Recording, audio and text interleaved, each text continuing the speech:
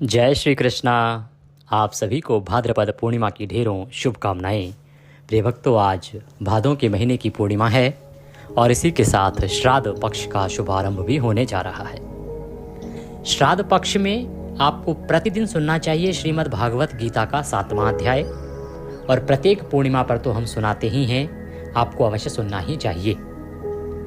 गीता का यह 7वां अध्याय आपके जीवन की बड़ी बड़ी परेशानियों का हल लेके आता है। शास्त्र कहते हैं कि जब आप गीता के 7वें अध्याय का श्रवण करते हैं और उसका पुण्य अपने पितरों को तर्पण जल द्वारा अर्पित करते हैं, तो इससे आपके जो पितर हैं उनको अनंत तृप्ति मिलती है।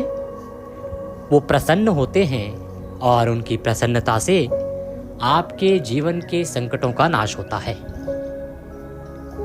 ऐसा माना जाता है कि आपके जीवन में अनेकों संकट जो हैं वो आपके पितरों की नाराजगी, पितरों की अप्रसन्नता और अतृप्तता के कारण होते हैं। इसे हम यहाँ समझाएंगे, गीता का 7वां अध्याय श्रवण कराएंगे और साथ ही विधि बताएंगे कि कैसे आपको गीता के 7वें अध्याय को सुन के उसका पुण्य अपने पितरों को अर्पित करना है और किस प्रकार से उस जल से तर्पण करना है, क्या क्या सामग्री जल और लोटे में डालनी है। आइए आरंभ करते हैं। उससे पहले आपसे निवेदन है कि यह पावन पुनीत गीता जी के 7वें अध्याय का वीडियो है, तो कृपया इसे एक बार लाइक अवश्य कर दीजिएगा। अपने पितरों की प्रसन्नता के लिए, उनका आशीर्वाद प्राप्त करने के लिए कमेंट बॉक्स में अवश्य लिखिएगा जय पितृदेव। आपके पितृ तृप्त हों और उन्हें भगवान कृष्ण का धाम गौलोक प्राप्त हो, तो कमेंट बॉक्स में अवश्य लिखिएगा जय श्री कृष्ण। भगवान श्री कृष्ण की कृपा से आपके पितरों की तृप्ति होगी। आप देख रहे हैं देवभूमि ज्योतिष संस्थान का प्रतिष्ठित YouTube चैनल देवभूमि धार्मिक। हम यहाँ पर सभी व्रत और त्योहारों की सही शास्त्रीय जानकारी प्रदान करते हैं। ज्योतिष शास्त्र और पंचांग के आधार पर आपको बताते हैं कि कौन सी तिथि कब है, व्रत आदि कब करना है, क्या विधि है, क्या नियम है और क्या गलतियां नहीं करनी है। समय समय पर बताते हैं कि कौन सा दिन ऐसा आ रहा है जिस दिन विशेष योग बन रहा है। तो यदि आप सभी व्रत और त्योहारों की और विशेष दिनों की सही जानकारी पाते रहना चाहते हैं तो चैनल को अभी सब्सक्राइब कीजिए और बेल आइकन को प्रेस कीजिए। जब आप सब्सक्राइब का बटन दबाएंगे तो वहाँ एक घंटी का निशान बना हुआ आएगा, उसको अवश्य दबाइएगा, तभी आपको हमारे सारे वीडियो प्राप्त होंगे, अन्यथा आपसे जानकारी छूट जाएगी। तो कृपया चैनल को सब्सक्राइब करें और बेल आइकन को प्रेस करें। आइए आज की जानकारी, आज का महत्वपूर्ण वीडियो आरंभ करते हैं। प्रिय दर्शकों, जब आप गीता के 7वें अध्याय का श्रवण करके उसका पुण्य अपने पितरों को अर्पित करते हैं ना, तो उससे उन्हें अनंत तृप्ति प्राप्त होती है। अब आप कहेंगे जी पितरों को क्यों तृप्त करना है, पितरों की नाराजगी से क्या होता है। देखिए, आपके जीवन में आर्थिक संकट का कारण आपके पितरों की नाराजगी और पितृदोष हो सकता है। आपके घर में ग्रह कलेश रहता है, चाहे पति पत्नी के बीच में हो, चाहे भाइयों के बीच में हो, परिवार टूट के कगार पर है, उसका कारण भी पितरों की नाराजगी हो सकती है। आपके जीवन में शांति नहीं है, आपका बिजनेस व्यापार इतना प्रयास करने के बाद भी सफल नहीं हो पा रहा है, चल नहीं पा रहा है, इसके पीछे पितरों की नाराजगी हो सकती है। यहाँ तक कि जब पितृदोष होता है या पितरों की नाराजगी होती है तो वंश वृद्धि तक रुक जाती है। और इन सब का एकमात्र समाधान और सरल समाधान है कि आप गीता जी के 7वें अध्याय का श्रवण करें और उसका पुण्य अपने पितरों को अर्पित करें। कब करना चाहिए? प्रत्येक अमावस्या पर करना चाहिए, संभव हो तो प्रत्येक एकादशी पर करना चाहिए, प्रत्येक पूर्णिमा पर करना चाहिए। और अब क्योंकि श्राद्ध पक्ष आरंभ हो गया है ना, तो इसमें तो आपको 16 के 16 दिन गीता के 7वें अध्याय का श्रवण और जल तर्पण करना ही चाहिए। ये ना सोचिएगा कि हमारे यहाँ तो इस तिथि पे श्राद्ध होता है केवल। अगर आपने 16 के 16 दिन बताई जा रही इस विधि से गीता जी के 7वें अध्याय को उसको सुन लिया और अपने पितरों को तर्पण कर दिया जल का 16 दिन तक, तो आपके जीवन के बड़े बड़े संकट जो हैं वो अपने आप ही हल हो जाएंगे। अपार धन संपत्ति प्राप्त होगी और जीवन के सभी संकटों का नाश होगा, क्योंकि आपके पितृ जो है ना इतने तृप्त हो जाएंगे, इतने प्रसन्न हो जाएंगे। और जब पितृ प्रसन्न होते हैं तो फिर देवता भी आपका कुछ नहीं बिगाड़ पाते। तो पूरे 16 दिन कीजिए इसको, और 16 दिन यदि कोई किसी कारण से ना कर पाए तो जिस दिन आपके घर में श्राद्ध है उस दिन तो अवश्य ही कीजिए और प्रत्येक अमावस्या पर नियम बना लीजिए। वीडियो को सेव करके रख लीजिए। अब बात करते हैं कि करना क्या है और कैसे करना है। तो सुबह पवित्र स्नान कीजिए, पवित्र स्नान करके स्वच्छ वस्त्र धारण कीजिए और एक तांबे का लोटा लीजिए लोटे में पहले गंगा जल भरिए, फिर शुद्ध जल भरिए, थोड़े से काले तिल उसमें डालिए, एक कुशा डालिए, सफ़ेद फूल हो तो वह भी डालिए और उस लोटे को सामने रखिए, एक आसन लगाइए और दक्षिण दिशा की ओर मुख करके बैठ जाइए। गीता के 7वें अध्याय का श्रवण कीजिए। गीता का 7वां अध्याय सुनिए और सुनने के बाद संकल्प कीजिए। संकल्प करके वह जल पितरों को अर्पित कीजिए। कैसे संकल्प करना है, कैसे पितरों को अर्पित करना है, ये अब हम पाठ के बाद बताएंगे, क्योंकि ये सब पाठ के बाद ही करना है। लोटा सामने रख लीजिए, आसन लगा लीजिए। आइए गीता का 7वां अध्याय आरंभ करते हैं। भगवान श्री कृष्ण के चरणों में ध्यान को लगाते हुए श्रवण करना आरंभ कीजिए। बोलिए श्री कृष्णचंद्र भगवान की जय। श्री भगवान बोले, हे पार्थ, अनन्य प्रेम से मुझ में आसक्त चित्त तथा अनन्य भाव से मेरे परायण होकर योग में लगा हुआ तू जिस प्रकार से संपूर्ण विभूति, बल, ऐश्वर्य आदि गुणों से युक्त सबके आत्मरूप मुझको संशय रहित जानेगा, उसको सुन। मैं तेरे लिए इस विज्ञान सहित तत्व ज्ञान को संपूर्णतया कहूँगा, जिसको जानकर संसार में फिर और कुछ भी जानने योग्य शेष नहीं रह जाता। भगवान श्री कृष्ण कहते हैं कि हे अर्जुन, तुम्हारी भक्ति सदा मुझ में है और तुम सदा अनन्य भाव से मेरे परायण होकर मेरी भक्ति करते हो। तो सुनो, आज मैं तुम्हें विज्ञान सहित तत्व ज्ञान का पूरा ज्ञान दूंगा। वो ज्ञान दूंगा जिसको जानने के बाद इस संसार में तुम्हारे लिए जानने योग्य कुछ बचेगा ही नहीं। पूरा ज्ञान उसी में समाहित है, वह ज्ञान मैं तुम्हें दूंगा। भगवान कहते हैं कि अर्जुन, हजारों मनुष्यों में कोई एक मेरी प्राप्ति के लिए यत्न करता है। उन यत्न करने वाले योगियों में भी कोई एक मेरे परायण होकर मुझको तत्व से अर्थात यथार्थ रूप से जानता है। कहते हैं कि अर्जुन, सभी लोग मुझे या मेरी प्राप्ति के लिए प्रयत्न ही नहीं करते। बहुत कम लोग हैं, हजारों में कोई एक होता है जो मुझे पाना चाहता है और मेरे लिए प्रयत्न करता है। और उन प्रयत्न करने वाले जो योगी हैं, उनमें भी उन हजारों में कोई एक है और उन एक में भी कोई विरला ही है जो मुझे यथार्थ रूप से जानता है। अर्जुन, पृथ्वी, जल, अग्नि, वायु, आकाश, मन, बुद्धि और अहंकार, इस प्रकार से ये 8 प्रकार से विभाजित मेरी प्रकृति है। ये सब जो हैं, ये मेरी प्रकृति है 8 प्रकार की। यह 8 प्रकार के भेदों वाली तो अपरा अर्थात मेरी जड़ प्रकृति है, और हे महाबाहो, इससे दूसरी को जिससे यह संपूर्ण जगत धारण किया जाता है, वह मेरी जीव रूपा अर्थात पराचेतन प्रकृति है। हे अर्जुन, तू ऐसा समझ कि संपूर्ण भूत इन दोनों प्रकृतियों से ही उत्पन्न होने वाले हैं और मैं संपूर्ण जगत का प्रभव तथा प्रलय हूँ, अर्थात संपूर्ण जगत का मूल कारण हूँ। भगवान कृष्ण कहते हैं कि ये मान के चलो अर्जुन कि संपूर्ण जो जगत है ना, उसका प्रारब्ध भी मैं ही हूँ, प्रलय भी मैं ही हूँ और जगत का जो मूल कारण है वो भी मैं ही हूँ। मेरे कारण ही ये जगत उत्पन्न हुआ है, मेरे कारण ही यह जगत संचालित होता है और मेरे कारण ही यह जगत प्रलय में समाप्त हो जाता है। हे धनंजय, मुझसे भिन्न दूसरा कोई भी परम कारण नहीं है। मेरे अलावा और कोई दूसरा कारण है ही नहीं इन सब के लिए। यह संपूर्ण जगत सूत्र में सूत्र के मणियों के सदृश मुझ में गुथा हुआ है। ये जो संपूर्ण संसार है ना, ये मुझ में ही गुथा हुआ है। हे अर्जुन, मैं जल में रस हूँ। जल में जो रस होता है वो मैं ही हूँ। चंद्रमा और सूर्य में जो प्रकाश है वो भी मेरे ही कारण है, वह प्रकाश रूप भी मैं ही हूँ। संपूर्ण वेदों में ओंकार भी मैं ही हूँ और आकाश में शब्द और पुरुषों में पुरुष तत्व भी अर्जुन मैं ही हूँ। भगवान श्री कृष्ण कहते हैं कि ये जो आप देखते हैं ना, चंद्रमा या सूर्य में प्रकाश देखते हैं, जल में रस देखते हैं, वेदों में ओंकार को देखते हैं, आकाश में शब्दों को देखते हैं और पुरुषों में पुरुषत्व देखते हैं, वो कोई और नहीं है, वो स्वयं भगवान वासुदेव ही हैं। उन्हीं के कारण वो सब कुछ है। भगवान कहते हैं कि मैं पृथ्वी में पवित्र गंध हूँ और अग्नि में तेज हूँ। जो धरती में सुगंध आती है वो भी परमेश्वर वासुदेव ही हैं और अग्नि में जो तेज है ना, जिससे जलन पैदा होती है, वह ज्वाजल्य अग्नि का रूप भी भगवान वासुदेव ही हैं। तथा संपूर्ण भूतों में उनका जीवन हूँ और तपस्वियों में तप हूँ। जो प्राणी हैं उनमें जो जीवन के रूप में जो चल रहा है वो भी मैं ही हूँ, और तपस्वियों का जो शक्तिशाली तप है वो भी मैं ही हूँ। वो तपस्वियों का तप नहीं है, वो साक्षात मैं हूँ। हे अर्जुन, तू संपूर्ण भूतों का सनातन बीज मुझको ही जान। ये जो पूरा संसार है ना, ये जितने भी जीव हैं इस संसार में, उन सब का जो प्रमुख बीज है वो मैं ही हूँ। मुझसे ही वो सब प्राणी बने हैं। मैं बुद्धिमानों की बुद्धि और तेजस्वियों का तेज हूँ। ये जो लोग कहते हैं ना कि मैं बुद्धिमान बुद्धिमान बुद्धिमान, वो बुद्धिमान नहीं होते, वो साक्षात परमेश्वर स्वयं होते हैं बुद्धि के रूप में। और तेजस्वियों में जो तेज होते हैं वो भी वासुदेव ही होते हैं।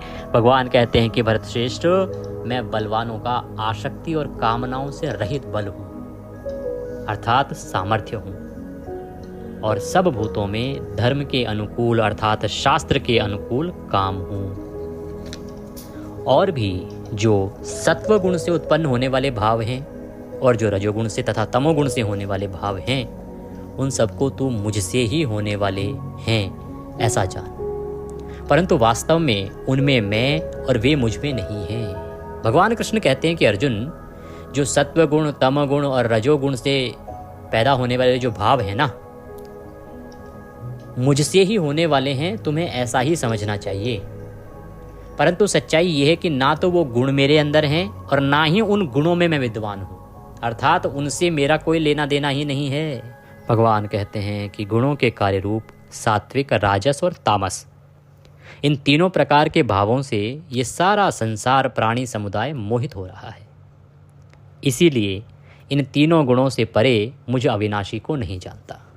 कहते कि अर्जुन, ये जो संसार है ना, कि संसार के जो प्राणी हैं वो या तो राजस में डूबे हैं या तामस गुण में डूबे हैं या सात्विक में डूबे हैं, सब उसी में डूबे हुए हैं, उन सब से मोहित हो रहे हैं ये। और इसीलिए मुझ अविनाशी को ये जानते ही नहीं हैं, क्योंकि सब माया में डूबे हैं। क्योंकि ये जो अलौकिक अर्थात अति अद्भुत त्रिगुणमयी मेरी माया है, ये बड़ी ही दुस्तर है। परंतु जो पुरुष केवल मुझको ही निरंतर भजते हैं, वे इस माया का उल्लंघन कर जाते हैं, अर्थात संसार से तर जाते हैं। कि हे अर्जुन, जो प्राणी समुदाय है ना, ये त्रिगुणमयी मेरी माया है, तीन गुणों वाली माया कौन सी? जिसमें राजस, सत और तामस है। तो इन तीन गुणों वाली जो मेरी माया है, ये सब इस माया के मकड़ जाल में फंसे हुए हैं। और इस माया में फंसे रहने के कारण ये प्राणी मुझे जानते ही नहीं हैं और ना ही मुझे भजते हैं। परंतु कुछ ऐसे श्रेष्ठ जन होते हैं, कुछ ऐसे श्रेष्ठ बुद्धिमान होते हैं जो इस माया को भी पार कर जाते हैं, इस माया के भी बहकावे में नहीं आते और वो मुझे भजते हैं, और इसीलिए वो इस संसार से तर जाते हैं, पार हो जाते हैं। माया के द्वारा जिनका ज्ञान हरा जा चुका है, ऐसे आसुर स्वभाव को धारण किए हुए मनुष्यों में नीच दूषित कर्म करने वाले मूढ़ लोग मुझको नहीं भजते। कि जिन पर माया का जितना अधिक प्रभाव है, उतने ही वो लोग दूषित हैं और मूर्ख हैं, इसीलिए कभी मुझे नहीं भजते, भगवान वासुदेव को नहीं भजते। हे भरतवंशियों में श्रेष्ठ अर्जुन, उत्तम कर्म करने वाले अर्थार्थी, आर्त, जिज्ञासु और ज्ञानी, ऐसे चार प्रकार के भक्तजन मुझको भजते हैं। उनमें नित्य मुझ में एक ही भाव से स्थित अनन्य प्रेम भक्ति वाला ज्ञानी भक्त अति उत्तम है। और इनमें भी जो ज्ञानी भक्त है वो सबसे उत्तम है, क्योंकि मुझको तत्व से जानने वाले ज्ञानी को मैं अत्यंत प्रिय हूँ और वह ज्ञानी मुझे अत्यंत प्रिय है। ये सभी उदार हैं, परंतु जो ज्ञानी है वो साक्षात मेरा स्वरूप है, ऐसा मेरा मत है। क्योंकि वह मदगत मन बुद्धि वाला ज्ञानी भक्त अति उत्तम गति स्वरूप मुझ में ही अच्छी प्रकार से स्थित रहता है। बहुत जन्मों के अंत के जन्म में तत्व ज्ञान को प्राप्त पुरुष सब कुछ वासुदेव ही हैं, इस प्रकार मुझको भजता है, वह महात्मा अत्यंत दुर्लभ है। कि हे अर्जुन, ऐसा जानने वाला कि सब कुछ भगवान वासुदेव ही हैं, ऐसा कोई अपने अंत के जन्म तक भी समझ जाए, ऐसा प्राणी बड़ा कम है, बहुत दुर्लभ है ऐसे प्राणी मिलना। प्राणी जो हैं वो मुझे जान ही नहीं पाते हैं। भगवान कहते हैं कि उन भोगों की कामना द्वारा जिनका ज्ञान हरा जा चुका है, वे लोग अपने स्वभाव से प्रेरित होकर उस नियम को धारण करके अन्य देवताओं को भजते हैं, अर्थात पूजते हैं। भगवान कहते हैं कि अर्जुन, ये जो प्राणी समुदाय है, जो मनुष्य है ना, एक कामनाओं के सहित पूजा पाठ करता है। कामनाओं के द्वारा इनका जो ज्ञान है वो हरा जा चुका है। इनकी कामनाएं होती हैं। क्या कामनाएं होती हैं? कोई कहता है धन चाहिए, कोई कहता है मुझे पुत्र चाहिए, कोई कहता है नौकरी चाहिए, कोई कहता है कि मुझे इसकी सुरक्षा चाहिए। सबकी अपनी अपनी इच्छाएं हैं, अपनी अपनी कामनाएं हैं। इसे कहते हैं सकाम भक्ति। तो भगवान कहते हैं कि सभी जो मनुष्य हैं ना, वो कामनाओं से घिरे हुए हैं। इसीलिए उनको जब लगता है कि इस कामना की पूर्ति ये देवता करेगा, इस कामना की पूर्ति ये देवता करेगा, इस कामना की पूर्ति ये देवता करेगा, तो उन कामनाओं की पूर्ति के लिए उन्हीं देवताओं को भजते हैं, अर्थात उन्हीं देवताओं को पूजते हैं जिनसे लगता है कि ये कामना की पूर्ति होगी। जो सकाम भक्त जिस जिस देवता के स्वरूप को श्रद्धा से पूजना चाहता है, उस भक्त की श्रद्धा को मैं उसी देवता के प्रति स्थिर कर देता हूँ। भगवान कहते हैं कि अर्जुन, अब क्योंकि उनकी जो इच्छाएं हैं वो अलग अलग हैं, उनको लगता है कि ये देवता इसको पूरा करेगा, ये देवता उसको, तो उनकी पूर्ति के लिए वो उन अलग अलग देवताओं को भजते हैं। अब क्योंकि उनकी श्रद्धा उन देवताओं में होती है, इसीलिए उनकी श्रद्धा को मैं उसी देवता के प्रति स्थिर कर देता हूँ कि मेरी माया के द्वारा उनकी जो भक्ति है ना, उनका जो पूजन है, वो उसी देवता में उनका चित्त स्थिर हो जाता है और वह पुरुष उस श्रद्धा से युक्त होकर उस देवता का पूजन करता है और उस देवता से मेरे द्वारा ही विधान किए हुए उचित भोगों को निसंदेह प्राप्त करता है। कि जब मैं देखता हूँ कि इसकी कामना इस देवता से है ये चीज़ प्राप्त करने की, इसलिए ये भजन कर रहा है, तो मैं उसकी भक्ति को उसी में स्थित कर देता हूँ और फिर वो उसी देवता को भजते हैं। और उस देवता के द्वारा जो वो मांग रहे हैं, वो जो निर्धारण है ना, जो निर्धारण है, जो विधान किया हुआ जो भोग है, वो मेरे ही द्वारा पूरा किया जा रहा है, परंतु मैं क्या करता हूँ, उस देवता के माध्यम से उसको पूरा करता हूँ। इससे उस भक्त को लगता है कि इस देवता ने मेरी ये इच्छा पूरी की है या मुझे ये भोग प्रदान किया है, ऐसा उस मनुष्य को लगता है। पर वास्तव में वो मेरे द्वारा ही विधान किया हुआ होता है। परंतु अल्प बुद्धि वालों का वह फल नाशवान है तथा देवताओं को पूजने वाले देवताओं को प्राप्त होते हैं। कि हे अर्जुन, ये सही है कि उनकी जो कामनाएं होती हैं मैं उनको पूरा करता हूँ उस देवता के माध्यम से, परंतु वो अल्प बुद्धि वाले हैं। वो ये जानते नहीं कि ये जो कामनाएं हैं ना, इनसे जो फल प्राप्त हो रहा है वो तो नाशवान है, आज नहीं तो कल नष्ट होगा। और उन देवताओं को भजने वाले जो लोग हैं वो उन्हीं देवताओं को प्राप्त करते हैं, उन्हीं देवताओं के लोक में जाते हैं। परंतु जो मुझे भजने वाले हैं, मेरे भक्त मुझे चाहे जैसे भी भजें, अंत में वे मुझे ही प्राप्त होते हैं, अर्थात उनकी मुक्ति हो जाती है। बुद्धिहीन पुरुष मेरे अनुत्तम अविनाशी परम भाव को ना जानते हुए मन इंद्रियों से परे मुझे सच्चिदानंदन घन परमात्मा को मनुष्य की भांति जन्म कर व्यक्ति भाव को प्राप्त हुआ मानते हैं। भगवान कहते हैं कि कुछ हैं नरबुद्धि, दुर्बुद्धि, जो मुझे भी जन्म कर मरने वाला और मरकर जन्म लेने वाला समझते हैं। अपनी योग माया से छिपा हुआ मैं सबके प्रत्यक्ष नहीं होता, इसलिए यह अज्ञानी जन समुदाय मुझे जन्म रहित अविनाशी परमेश्वर को नहीं जानता, अर्थात मुझको जन्मने और मरने वाला समझता है। हे अर्जुन, पूर्व में व्यतीत हुए और वर्तमान में स्थित तथा आगे होने वाले सब भूतों को मैं जानता हूँ, परंतु मुझको कोई भी श्रद्धा भक्ति रहित पुरुष नहीं जानता। जिसमें श्रद्धा ना हो, जिसमें भक्ति ना हो, ऐसा पुरुष मुझे कभी जान ही नहीं सकता। हे भरतवंशियों में श्रेष्ठ अर्जुन, संसार में इच्छा और द्वेष से उत्पन्न सुख दुख आदि द्वंद्व रूप मोह से संपूर्ण प्राणी अत्यंत अज्ञानता को प्राप्त हो रहे हैं। इस सुख और दुख के मोह में फंस के सभी लोग जो है ना, वो अज्ञानी होते जा रहे हैं। परंतु निष्काम भाव से श्रेष्ठ कर्मों का आचरण करने वाले जिन पुरुषों का पाप नष्ट हो गया है, वे राग द्वेष जनित द्वंद्व रूप मोह से मुक्त दृढ़ निश्चयी भक्त मुझको सब प्रकार से भजते हैं। जिनका जो अंधकार है जीवन का वह समाप्त हो गया है और जो श्रेष्ठ कर्मों का आचरण करते हैं वो इस माया से दूर रहते हैं और वो सदा मुझे भजते हैं। जो मेरे शरण होकर जरा और मरण से छूटने के लिए यत्न करते हैं, वे पुरुष उस ब्रह्म को, संपूर्ण आध्यात्म को, संपूर्ण कर्म को जानते हैं। जो पुरुष अधिभूत और अधिदैव के सहित तथा अधियज्ञ के सहित मुझे अंत काल में भी जानते हैं, वे युक्ति चित्त वाले पुरुष मुझे जानते हैं, अर्थात मुझे प्राप्त हो जाते हैं। कि जब अंत समय आता है मनुष्य का, यदि वो उस समय भी मुझे जान लेते हैं और मेरा नाम ले लेते हैं तो निश्चय ही वो इस संसार से तर जाते हैं और वो मेरे धाम को प्राप्त हो जाते हैं।